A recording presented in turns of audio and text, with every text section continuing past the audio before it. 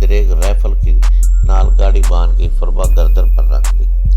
گاڑی پکاؤ، میں نے نال اس کی گردن میں دنساتے ہوئے کہا۔ غیظ و غضب کی شدت سے میری آواز اتنی بگڑی ہوئی تھی کہ خود بھی نہیں پہچان سکتا تھا۔ گاڑی بان نے ایک لمحے کے لیے تذبذب دکھایا۔ میں نے رائفل اس کے سر پر ماری، اس کی پگڑی اچھل کر دور جا گری۔ اس کے ساتھ ہی اس نے باگیں تھام کر چابک دکھایا۔ گاڑی کے دونوں گھوڑے ایک جھٹکے سے آگے بڑھے۔ یہی وقت تھا جب میں نے عمارت کے آنی گیٹ پر ہلچل دیکھی۔ گارڈ افراتفری میں باہر آ رہے تھے۔ بکھلاہٹ اور تاریکی کے سبب انہیں کچھ سمجھ میں نہیں آ رہا تھا کہ کیا ہوا۔ پہلے انہوں نے اندھا دھند ہوائی فائرنگ کی، پھر کسی نے تیزی سے درختوں میں اوجھل ہوتی ہوئی گھوڑا گاڑی کو دیکھا۔ وہ دیکھو، ایک پکارتی ہوئی آواز سنائی دی۔ اس دوران میں گھوڑا گاڑی نے درختوں کے درمیان ایک موڑ موڑا اور بل کھاتے راستے پر سرپٹ بھاگتی چلی گئی۔ مجھے پتا تھا کہ تعاقب کیا جائے گا۔ جلدی تعاقب کے آثار نظر آنے لگے۔ دور عقب میں تیزی سے حرکتی مشلیں دکھائی دی۔ یقیناً وہ مسلح گھڑ سوار تھے جو جارج کی رہائش گاہ سے نکلے تھے اور تیزی سے میری طرف آ رہے تھے۔ تیز چلاؤ، میں نے گاڑی باندھ کے ننگے سر پر رائفل کے آہنی بیرل کی ٹھوکر لگائی۔ وہ کراہ کر رہ گیا۔ اس کے ساتھ ہی اس نے باغوں کو جھٹکے دیے اور چابک لہرایا۔ گھوڑوں کی گردنیں اوپر اٹھی اور رفتار ایک دم بڑھ گئی۔ گھوڑوں اور گھوڑا گاڑی کی رفتار میں خاصا فرق ہوتا ہے۔ 1-2 منٹ میں ہی گھوڑ سوار نزدیک آ گئے۔ اس کے ساتھ ہی انہوں نے 2 گولیاں چلائیں۔ دھماکے سے شعلے لپٹے۔ گولیوں کی شائیں شائیں میرے سروں سے کافی اوپر سنائی دی۔ یقیناً یہ فائرنگ کرنے کے لیے نہیں، ڈرانے کے لیے تھے۔ وہ چاہتے تھے کہ ہم گھوڑا گاڑی روک لیں۔ میں نے ایک بار پھر رائفل گاڑی بان کی گردن میں دنسائی اور سرسراتی آواز میں کہا، گاڑی روکو گے تو اسی جگہ گولی مار دوں گا۔ گاڑی بان بس اس بات میں سر ہلا کر رہ گیا۔ یہ گھنے درختوں کے درمیان سے گزرتا ہوا تاریک اور نیم پختہ راستہ تھا۔ ہر گھڑی یہی لگتا تھا کہ گھوڑا گاڑی کسی تناور درخت سے ٹکرا جائے گی، مگر گھوڑے نشیب و فراز سے آشنا تھے۔ وہ اپنے مالک کے اشاروں پر سر پر بھاگے جا رہے تھے اور پھر گھوڑ سوار بالکل قریب پہنچ گئے۔ ایک گھوڑ سوار نے للکار کر کہا، اوئے گاڑی روکو، نہیں تو مارے جاؤ گے۔ گاڑی بان کی صورت دیدنی تھی۔ وہ دونوں طرف سے موت کی دھمکی سن رہا تھا۔ گہری تاریکی کے سبب اس کے تاثرات ٹھیک سے دکھائی نہیں دے رہے تھے، تاہم اتنا پتہ چلتا تھا کہ وہ دہشت زدہ ہے۔ اچانک سرپٹ بھاگتے گھوڑوں میں سے ایک کو ٹھوکر لگی۔ وہ سنبھلنے کی کوشش کرتا ہوا گرا۔ اس کے ساتھ ہی دوسرا گھوڑا بھی گرا۔ گاڑی جیسے ہوا میں معلق ہوئی۔ مجھے لگا کہ میں پہلے اوپر اٹھنے کے بعد اب تیزی سے نشیب کی طرف جا رہا ہوں۔ میں گھنی جھاڑیوں میں گرا اور پتلی پتلی شاخوں کو توڑتا ہوا کچی زمین پر آیا۔ میں نے اپنے عقب میں گھوڑوں کی دردناک ہنہناہٹ سنی۔ اس کے ساتھ ہی گاڑی کے گرنے اور ٹوٹنے کی آوازیں آئیں۔ میں حیرت طور پر شدید چوٹوں سے محفوظ رہا۔ میں اٹھتے ساتھ ہی پھر دوڑا۔ مجھے کچھ معلوم نہیں تھا کہ میرا رخ کس طرف ہے، میں کہاں جا رہا ہوں۔ میں بس جلد از جلد اس جگہ سے دور نکل جانا چاہتا تھا۔ میری آنکھیں اندھیرے میں دیکھنے کے قابل ہو گئی تھی۔ تاروں کی مدھم روشنی میں مجھے ایک راستہ دکھائی دے رہا تھا۔ میرے ارد گرد کیکر، ناگ پھنی اور جنتر کے درخت تھے اور ساری نباتات تھی جو جنگلی علاقے میں نظر آتی ہیں۔ دفتر مجھے اندازہ ہوا کہ رائفل ابھی تک میرے ہاتھ میں ہے۔ رائفل کے لمس نے میرے اعتماد میں اضافہ کیا۔ زندگی میں شاید پہلی بار مجھے ہتھیار کی قدر و قیمت کا اندازہ ہوا تھا۔ ہوا بہت تیز تھی اور میرے عقب میں چل رہی تھی۔ مجھے لگتا تھا کہ یہ ہوا مجھے دھکیل رہی ہے اور میں بھاگنے کی بجائے اڑتا چلا جا رہا ہوں۔ سب جاگتی آنکھوں کے خواب جیسا تھا۔ میں بہت سے خطروں سے بے نیاز ہو گیا تھا۔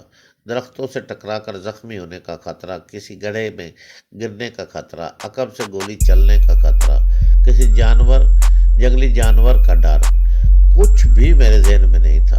میں بس نکلنا چاہتا تھا اس سیاہی میل جنگل کے اثار سے۔ میں اس منحوس نرگے کو توڑ دینا چاہتا تھا۔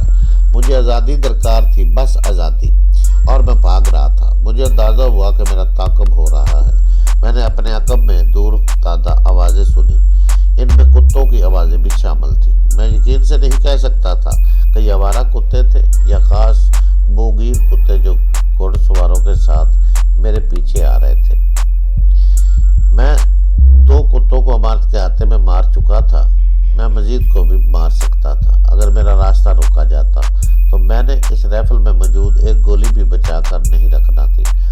مجھے اندازہ نہیں تھا کہ اس رائفل میں کتنی گولیاں ہیں۔ یہ برسٹ مارنے والی رائفل تھی، اور ایک بار عمران یا شاید اقبال نے مجھے بتایا تھا کہ ایسی رائفلوں میں عموماً 20-25 تک گولیاں موجود ہوتی ہیں۔ میں نے اب تک بمشکل 7-8 گولیاں استعمال کی تھی۔ میں اندھا دھند بھاگتا رہا، پتہ نہیں کہ میں کتنی دیر بھاگا، 8-10 منٹ یا 20-25 منٹ۔ بس مجھے یہ احساس تھا کہ میری سانس دھوکنے کی طرح چل رہی ہے اور میری ٹانگیں شل ہوتی جا رہی ہیں۔ کسی وقت مجھے یوں لگتا کہ میں بھاگتے بھاگتے اچانک گر پڑوں گا اور تادیر اٹھ نہیں سکوں گا، مگر میں پھر بھی ٹانگوں کو حرکت دیتا رہا۔ تسلی کی صرف ایک بات تھی، اب مجھے اپنے عقب میں تعاقب کے آثار نظر نہیں آ رہے تھے، کتوں کی آواز بھی سنائی نہیں دے رہی تھی۔ تو کیا تعاقب کرنے والے افراد کو میں جل دے کر نکلنے میں کامیاب ہو گیا ہوں؟ اس سوال کا یقینی جواب دینا تو اب مشکل تھا۔ بھاگتے بھاگتے میرے ذہن میں خیال آیا کہ ہوا میرے عقب سے چل رہی ہے۔ میں نے سنا تھا کہ اگر تیز ہوا اسی سمت میں چلتی رہی جس سمت میں کتوں کا شکار جا رہا ہو تو پھر کتوں کی حس کند ہو جاتی ہے۔ شاید یہاں بھی ایسا ہی ہوا تھا۔ میرے پیچھے آنے والے گھڑ سوار کسی اور جانب نکل گئے تھے۔ میری ٹانگیں اب کسی بھی وقت جواب دینے والی تھی۔ میں ایک جگہ پر برگد کے بڑے بڑے درختوں تلے بیٹھ گیا۔ درختوں کی جڑیں اوپر سے نیچے کی طرف آ رہی تھیں اور اندھیرے سے یوں لگتا تھا کہ درجنوں سانپ ہوا میں چور رہے ہوں۔ موسم میں خنکی تھی، پھر بھی مجھے شدید پیاس محسوس ہو رہی تھی۔ پنڈلیوں میں نئے کانٹے چبھ گئے تھے اور جسم پر تازہ خراشوں کی جلن تھی۔